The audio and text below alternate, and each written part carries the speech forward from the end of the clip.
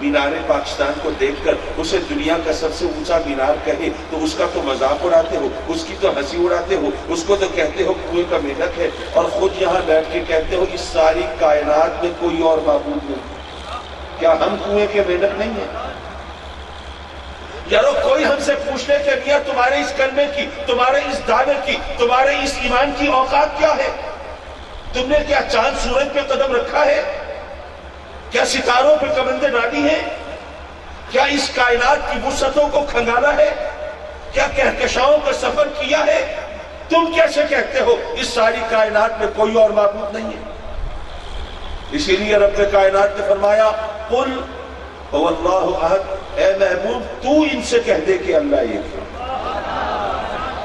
جب تو فرما دے گا، بتا دے گا، جتا دے گا کہ اللہ ایک ہے، پھر تیرے کہنے پر جب یہ کلمہ پڑھیں گے، میری توحید کا، میری وحدانیت کا اعلان کریں گے، اقرار کریں گے، اعتراف کریں گے، اور پھر اگر کسی نے ان کو چھٹلانے کی کوشش کی، تردید و تکذیب کی کوشش کی، تو یہ اس کو جواب دے سکیں گے کہ میاں اگر یہ دعویٰ میرا ہوتا، اگر میں یہ کہتا کہ مجھے علم ہے، مجھے خبر ہے، میں جانتا ہوں، میں نے کائنات دیکھی ہے، اس کائنات میں کوئی اور معبود نہیں، تو تم مجھے جھوٹا کہہ سکتے تھے، لیکن میں اپنی طرف سے نہیں کہہ رہا۔ ارے میں نے تمام کائنات نہ دیکھی ہوگی، لیکن جس ہستی کے کہنے پر میں نے گواہی دی ہے نا، اس نے تو ساری کائنات کو اپنی ہتھیلی کی طرح دیکھا۔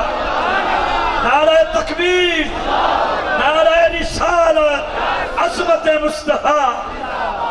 یارو اگر ہم اپنے صرف کلمے پر اعتبار کر لیں، اگر کلمے پر یقین ہو جائے، اگر کلمے کا مفہوم سمجھ لیں، تو بہت سے مسائل تو یہیں پہ حل ہو جائیں۔ کتابیں کھنگالنے کی ضرورت ہی نہ پڑے، ادھر ادھر جانے کی حاجت ہی نہ پڑے۔ یہ بحث مباحثے، یہ مناظرے، یہ سوال و جواب، یہ تمام چیزیں بے وقت ہو جائیں اگر صرف اپنے کلمے کا مطلب سمجھ لیں۔ ہم جب کلمہ پڑھتے ہیں لا الہ الا اللہ، اللہ کے سوا کوئی عبادت کے لائق نہیں، کوئی پوجا کے قابل نہیں، محمد الرسول اللہ، اور حضرت محمد صلی اللہ علیہ وسلم اللہ کے رسول ہیں، تو یارو اب ہم مانتے ہیں وہ اللہ کے رسول ہیں، یہ نہیں کہتے کہ اللہ کے رسول تھے۔ دیکھیے آپ نے وہ مشہور آیت لقد من اللہ علی المؤمنین اذ بعث فیہم رسولا کئی بار سنی۔ اللہ تعالیٰ نے احسان جتایا مومنوں پر کہ میرا احسان ہے کہ تم نے عظمتوں والا رسول بھیجا۔ ایک فرض کیجئے میں یہاں پر آپ کی خدمت میں حاضر ہوا، اب یہاں پر جو آپ کے ماشاءاللہ اسٹیج سیکٹری ہیں جن سے اکثر محافل میں ملاقات ہوتی رہتی ہے، مجھ سے کہیں کہ قاضی صاحب یہ آج اتفاق سے میں بھول گیا، گھڑی لانا بھول گیا، بڑا پریشان بیٹھا ہوں۔ میں نے کہا جی کوئی بات نہیں، میری گھڑی لے لیجیے۔ میں نے گھڑی دے دی، یہ خوش ہو گئے کہ چلیے جی تبرک مل گیا۔ جب میں جانے لگا تو میں نے کہا جناب میری گھڑی لوٹا دیجیے۔ انہوں نے منہ تو بنایا لیکن اب میں نے مانگ لی تھی، مجھے واپس کر دی۔ اگلی محفل میں ہم ملے تو میں احسان جتانے لگا، جناب میرا کتنا احسان ہے آپ پر، میں نے گھڑی دی تھی آپ کو۔ یہ تو ویسے ہی جڑے بولے بیٹھے تھے، کہنے لگے جناب گھڑی دی تھی تو واپس بھی تو لے لی تھی، احسان کیسا ہے؟ یارو اللہ کا آپ پر احسان ہے کہ نہیں ہے کہ اس نے عظمتوں والا رسول بھیجا ہے؟ اگر رسول بھیجنے کے بعد واپس لے لیا تو احسان کیسا ہے؟ اسی نعمت پر احسان جتایا جائے گا نا جو نعمت ہمارے پاس باقی ہوگی، جو نعمت دے کے واپس لے لی جائے اس نعمت کا احسان کیا جتانا۔ حضرات محترم معاف کیجیے بات کیوں نکل گئی، اور میں ذرا اپنی بات کو اختصار کی طرف مائل رکھنا چاہتا ہوں۔ حضرات مکرم جو آیت کریمہ آپ کے سامنے تلاوت کی اس کے پس منظر میں چند گزارشات۔ وَلَوْ أَنَّهُمْ إِذْ ظَلَمُوا أَنفُسَهُمْ جَاءُوكَ، وہ اگر اپنی جانوں پر ظلم کر بیٹھے، اللہ فرماتا ہے اگر اپنی جانوں پر ظلم کر بیٹھے، کیا مطلب؟ اپنے آپ کو کوئی خنجر مار لیں، کوئی ایسی خودکشی کی کوشش کر لیں، کوئی پیٹرول پی لیں، کوئی مہلک دوائی پی لیں، کیا کریں؟ نہیں یارو قرآن کو سمجھو، اس کے انداز سے بھی ہمارے لیے رہنمائی ملتی ہے۔ رب کائنات فرماتا ہے کہ اے میرے بندو اگر تم نماز پڑھتے ہو تو مجھے کوئی فائدہ نہیں ہوتا، تمہارا نماز نہ پڑھو گے تو میرا کوئی نقصان نہیں ہے۔ ارے ساری کائنات میری بارگاہ میں سجدہ ریز ہو تو میری شان میں کوئی اضافہ نہیں ہو سکتا، اور ساری کائنات میری منکر ہو جائے تو میری شان میں کوئی کمی نہیں ہو سکتی. اگر تم نماز پڑھتے ہو، عبادت کرتے ہو، ریاضت کرتے ہو، میرے احکام کی تعمیل کرتے ہو، میرے دکھائے بتائے راستے پر چلتے ہو تو مجھ پر احسان نہیں کرتے، ارے اپنے اوپر احسان کرتے ہو. اور اگر تم نافرمانی کرتے ہو، حکم جولی کرتے ہو، اگر تم شریعت کو پامال کرتے ہو تو میرا کچھ نہیں بگاڑتے، اپنے آپ پر ظلم کرتے ہو. اگر تم گناہ کر بیٹھو، اگر میری نافرمانی کر بیٹھو، اگر حکم عدولی کر بیٹھو تو کیا کرو؟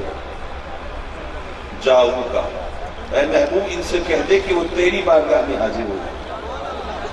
مولا مجرم تو تیرے، جرم تو تیرا کیا ہے، اور بلاتا ہے محبوب کی بارگاہ میں. یہ کیا بات رہا ہے بھائی؟ جب تیرے مجرم ہیں تو اپنی بارگاہ میں بلاتا، لیکن تو نے فرمایا میرے محبوب کی بارگاہ میں آؤ. یارو یاد رکھو، اگر رب کائنات کے فرماتا اے میرے بندو، اے گناہگار بندو، تم خطا کار، گناہگار، سیاہ کار، میری بارگاہ میں آؤ، میں تمہیں معافی کروں، معافی عطا فرماؤں گا، تو یارو پھر ہر گناہگار معافی کو اپنا حق سمجھنے لگتا.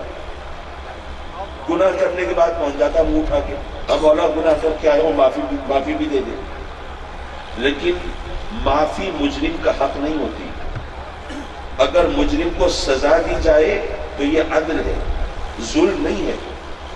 مجرم کو سزا دینا انصاف ہے، مجرم کو سزا دینا عدل ہے. یارو مجرم کو سزا دینا ظلم نہیں. تو اللہ فرماتا ہے تم تو مجرم ہو نا، تم تو خطا کار ہو نا، تو تم اگر میری بارگاہ میں آؤ گے تو ظاہر ہے کہ میں تو عادل ہوں، میں تو عدل فرماؤں گا. اور تم یہ مت سمجھنا کہ معافی تمہارا حق ہے، یہ معاف کرنے والے کی مرضی پہ ہوتی ہے. اور معاف کرنے والے کی مرضی یہ ہے میں معاف اس کو کروں گا جو میرے محبوب کا دامن پکڑ کے آئے. اچھا مولا تیری مرضی، ظاہر ہے تو قادر مطلق، جو چاہے سو کرے. تو نے اسی کو معاف کرنا ہے جو تیری بارگاہ میں آئے گا. تو پھر تو نے فرمایا جب تیرے محبوب کی بارگاہ میں پہنچ گئے تو وہاں معافی مل جائے نا. لیکن وہاں پر پہنچنے کے بعد پھر تو نے شرط لگا دی فاستغفر اللہ، پھر اللہ سے استغفار کرے. مولا اگر استغفار مغفرت تجھی سے طلب کرنی تھی، معافی تجھی سے مانگنی تھی، تو مولا پھر وہاں بھیجنے کی کیا ضرورت تھی؟ مجرم تیرے تھے، اپنی بارگاہ میں بلاتا. بات یہ ہے کہ اگر ماشاءاللہ آپ اس بستی کے رہنے والے ہیں، اگر اسی بستی کے کسی سردار، کسی وڈیرے سے کوئی نوجوان کو بدتمیزی کر بیٹھے اور پھر بستی والے اس نوجوان کو لے کے جائیں ان سردار وڈیرے کے پاس کہ جناب آپ بڑے ہیں، مہربانی کریں، نوجوان ہے، اس سے غلطی ہو گئی، معاف کر دیں. تو وہ کہے گا ٹھیک ہے بھائی، آپ سب لوگ لے کے آئے ہیں، میں معاف کر دوں. لیکن یہ معافی مانگے تو صحیح، یہ تو اسی طرح اکڑا کھڑا ہے، یہ تو معذرت کرتا ہی نہیں، معافی طلب کرتا ہی نہیں، اپنے کیے پر ندامت اور شرمندگی کا اظہار کرتا ہی نہیں. بھئی اپنے کیے کو مانے تو صحیح نا، غلطی کو تسلیم تو کرے، پھر معاف کروں گا نا. تو اللہ فرماتا ہے معافی تو میں اس کو دوں گا جو میرے محبوب کی بارگاہ میں آئے گا، لیکن اپنے جرم کو مانے تو صحیح، اپنی غلطی کو تسلیم کرے تو صحیح، میری بارگاہ میں عرض تو کرے مولا میں مجرم ہوں، میں خطا معافی کا طلبگار ہوں. وَاسْتَغْفَرَ لَهُمُ الرَّسُولُ، اور اگر میرا محبوب بھی اس کی سفارش کر دے، میرا محبوب بھی اس کے لیے ہاتھ اٹھا دے، میرا محبوب بھی اس کے لیے مغفرت طلب کر لے، پھر کیا ہوگا؟ لَوَجَدُ اللَّهَ، پھر وہ اللہ کو پالیں گے. مولا اگر یہ سب کچھ چکر تجھے پانے کے لیے ہے تو مولا ہمیں تو مولوی بتاتے ہیں تو ہماری شہرت سے زیادہ قریب ہے. وَنَحْنُ أَقْرَبُ إِلَيْهِ مِنْ حَبْلِ الْوَرِيدِ، مولا تو شہرت سے زیادہ قریب ہو، اس کو پانے کے لیے کہیں جانے کی کیا ضرورت ہے؟ اللہ اکبر. رب کائنات نے گویا یہ فرمایا کہ اے میرے بندو تم ہو اپنی جانوں پر ظلم کرنے والے، تم ہو خطا کار، تم ہو گناہگار، تم ہو سیاہ کار. اگر تم اسی طرح میری بارگاہ میں آ جاؤ گے تو میں عادل، میں عدل فرماؤں گا، اور میں قہار و جبار بھی ہوں. پھر تمہارے ظلم، تمہارے جرم، تمہاری خطاؤں کا صلہ تمہیں سزا کی صورت میں ملے گا، تمہیں میرے قہر و جبر کا سامنا کرنا پڑے گا. لیکن اگر تم میرے محبوب کا دامن پکڑ کے آؤ گے پھر کیا ہوگا؟ لَوَجَدُ اللَّهَ، التواب الرحیم، پھر تم مجھے پاؤ گے کس حال میں؟ قہار نہیں، جبار نہیں، پھر تم مجھے تواب پاؤ گے، میں تمہاری توبہ قبول فرما لوں گا۔ تم مجھے غفار پاؤ گے، میں تمہاری مغفرت فرماؤں گا۔ ارے تم مجھے رحیم پاؤ گے، میں تم پر اپنی رحمتیں نازل فرماؤں گا۔ اگر تم نے مجھے تواب و رحیم پانا ہے تو محبوب کا دامن پکڑ کے آؤ، اور اگر قہار و جبار پانا ہے تو ویسے ہی اٹھا کے چلے آؤ۔ ذرا ایک حدیث کی روشنی میں ذرا اور رہنمائی ہے۔ حدیث بھی مشہور ہے، آپ نے سنی ہوگی، میرے آقا کریم حضور علیہ السلام جلوہ فکن ہے، مسجد نبوی میں تشریف فرما ہے، اور میرے آقا کریم کے غلام ایک صحابی حاضر ہوتے ہیں، عرض کرتے ہیں سرکار بڑا ظلم کر دیا اپنی جان پر، بڑی خطا کر بیٹھا ہوں، جان بوجھ کر روزہ توڑ دیا ہے، اب اس کے عذاب سے بچنے کا راستہ دکھا دیجیے اور اس کے قہر سے بچنے کی سبیل بتا دیجیے۔ آقا کریم فرماتے ہیں کفارہ ادا کرو۔ عرض کی سرکار کفارے کی صورت کیا ہے؟ فرمایا 60 روزے مسلسل رکھو۔ عرض کی سرکار میں تو کمزور و ناتواں، اپنے نفس سے مغلوب ہو جانے والا، میں تو ایک روزہ پورا نہیں کر پایا، ایک روزہ رکھا تھا وہ بھی توڑ دیا، 60 روزے اور وہ بھی مسلسل میں کیسے رکھوں گا؟ آقا میں تو یہ شرط پوری نہیں کر سکتا۔ فرمایا اچھا پھر ایسا کرو کہ 60 مسکینوں کو کھانا کھلاؤ۔ عرض کی سرکار میں تو خود غریب مسکین ہوں، اپنے بچوں کا پیٹ پالنا مشکل ہے، اپنا گھر بے چراغ ہے، چولہا جلتا نہیں ہے، اور آپ فرماتے ہیں میں 60 مسکینوں کو کھانا کھلاؤں۔ آقا میری اتنی پسلی نہیں ہے، میں 60 مسکینوں کو کھانا نہیں کھلا سکتا، یہ شرط پوری نہیں کر سکتا۔ فرمایا کہ پھر ایک غلام یا باندی آزاد کرو۔ عرض کی آقا میں غریب ہوں، بے حیثیت ہوں، لاچار ہوں، ناتواں ہوں، غلام یا باندی میرے پلے نہیں ہے اور خریدنے کی میری حیثیت نہیں ہے، میں یہ شرط بھی پوری نہیں کر سکتا۔ میرے آقا کریم نے کیا فرمایا؟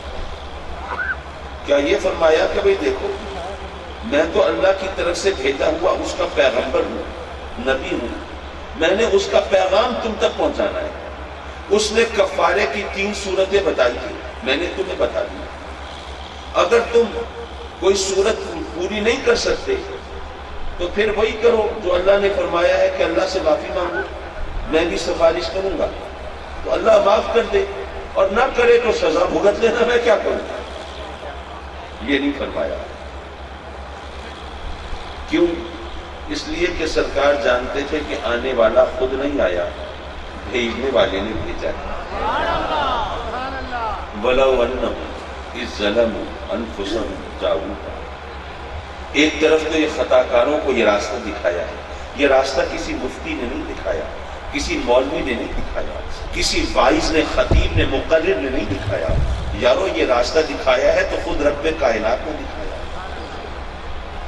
ایک طرف تو گناہگاروں کو یہ در دکھایا اور دوسری طرف محبوب کو فرمایا وَأَمَّا السَّائِلَ فَلَا تَنْهَرْ، اے محبوب یہ منگتے آ رہے ہیں، بھکاری آ رہے ہیں، فریادی آ رہے ہیں، یہ سائل آ رہے ہیں، جھولیاں پھیلائے ہوئے، دستے سوال دراز کیے ہوئے، اے محبوب ان کی خطاؤں کو مت دیکھنا، لغزشوں کو مت دیکھنا، ان کے نامہ اعمال کی سیاہی کو مت دیکھنا، ان کے پھیلے ہوئے ہاتھوں کو دیکھنا، ان کی خالی جھولیوں کو دیکھنا، ان کے ہونٹوں پر سوال کو دیکھنا، ان کی آنکھوں میں طلب کو دیکھنا، اور ذرا اپنی شان اور رحمت کو بھی دیکھنا۔ اِنَّا أَعْطَيْنَاكَ الْكَوْثَرَ، خیر کثیر تو تجھے عطا فرما دی، دونوں جہانوں کی بھلائی تو تیری جھولی میں ڈال دی۔ وَمَا أَرْسَلْنَاكَ إِلَّا رَحْمَةً لِلْعَالَمِينَ، بے شک رحمان و رحیم میں ہوں، لیکن میں نے اپنے بندوں کے لیے، اپنی مخلوق کے لیے، اس کائنات کے لیے اپنی رحمت کو تیرے پیکر میں ڈھال دیا اور تیری صورت میں مجسم کر دیا۔ تو اے محبوب اگر تیرے در سے بھی خالی لوٹے گا تو پھر کہاں سے پائے گا؟ حضرات مکرم، چونکہ رب کا بھیجا ہوا ہے، آقا کریم اسے مایوس نہیں لوٹاتے، ناشاد نہیں پھیرتے، اسے انتظار کرنے کو کہتے ہیں، فرماتے ہیں بیٹھ جاؤ، صحابی بیٹھ جاتے ہیں۔ اتنے میں ایک اور صحابی آتے ہیں، کھجوروں کا ٹوکرا سر پہ اٹھائے اور آقا کریم کی بارگاہ میں گفتگو، وہ ہدیہ، وہ نذرانہ پیش کرتے ہیں۔ آقا کریم وہ ہدیہ قبول فرماتے ہیں، اور وہ پہلے صحابی وہ جو روزہ توڑ کے آئے بیٹھے ہیں ان کو بلاتے ہیں اور فرماتے ہیں ایسا کرو یہ کھجوریں لے جاؤ مدینے کے غریبوں مسکینوں میں تقسیم کر دو، تمہاری طرف سے کفارہ ادا ہو۔ وہ صحابی کھجوروں کا ٹوکرا سر پہ رکھ کے 2 قدم چلتے ہیں، پھر ٹھٹکتے ہیں، رکتے ہیں، پلٹتے ہیں، اور آقا کریم کی بارگاہ میں عرض کرتے ہیں آقا آپ فرماتے ہیں یہ کھجوریں میں مدینے کے غریبوں مسکینوں میں تقسیم کر دوں تو میرا کفارہ ادا ہو جائے گا، لیکن آقا مدینے کا جو سب سے غریب اور مسکین ہے وہ تو یہ مجرم آپ کی بارگاہ میں حاضر ہے، جو سب سے زیادہ لاچار و نادار ہے یہ خطا کار آپ کے روبرو موجود ہے۔ میرے آقا کریم توسل فرماتے ہیں، مسجد نبوی کے در و دیوار روشن ہو جاتے ہیں، اور آقا کریم فرماتے ہیں اچھا یہ کھجوریں لے جاؤ اپنے بیوی بچوں کو کھلا دو، خود کھا لو، کفارہ ادا ہو گیا۔ حضرات مکرم حدیث تو آپ نے پہلے بھی سنی ہوگی، لیکن اس حدیث میں ایک بات سمجھنے کی۔ دیکھیے جب وہ صحابی آقا کریم کی بارگاہ میں حاضر ہوئے اور سرکار نے ان کو کفارے کی 3 صورتیں بتائیں اور انہوں نے تینوں سے معذرت کر لی، تو میرے آقا کریم یہ بھی تو فرما سکتے تھے کہ بھئی دیکھو 60 روزے تم نہیں رکھ سکتے، 60 مسکینوں کو کھانا تم نہیں کھلا سکتے، غلام یا باندی آزاد تم نہیں کر سکتے، اور آ گئے ہو میری بارگاہ میں، اب مسئلہ تمہارا ضرور حل کرنا ہے، مشکل آسان کرنی ہے، اللہ کا حکم بھی ہے، تو چلو ایسا کرو کہ اللہ سے معافی مانگو، میں بھی سفارش کرتا ہوں، مسئلہ حل ہو جائے گا۔ یہ نہیں فرمایا، بلکہ انتظار کرنے کو کہا، گویا آقا کریم جانتے تھے کہ کوئی اور صورت نکلنے والی ہے۔ اچھا ایک بات بتائیے، اگر آپ کسی غریب آدمی کو، کسی نادار کو، قلاش کو، کنگال کو، بے حیثیت کو، جس کے پاس کھانے کو روٹی نہ ہو اس کو آپ پھلوں کا ٹوکرا دے دیں تو یہ اس کے لیے سزا ہوگی یا انعام ہوگا؟ انعام ہوگا نا، اس کو تو روٹی نہیں ملی، اسے پھل مل گیا، انعام ہے۔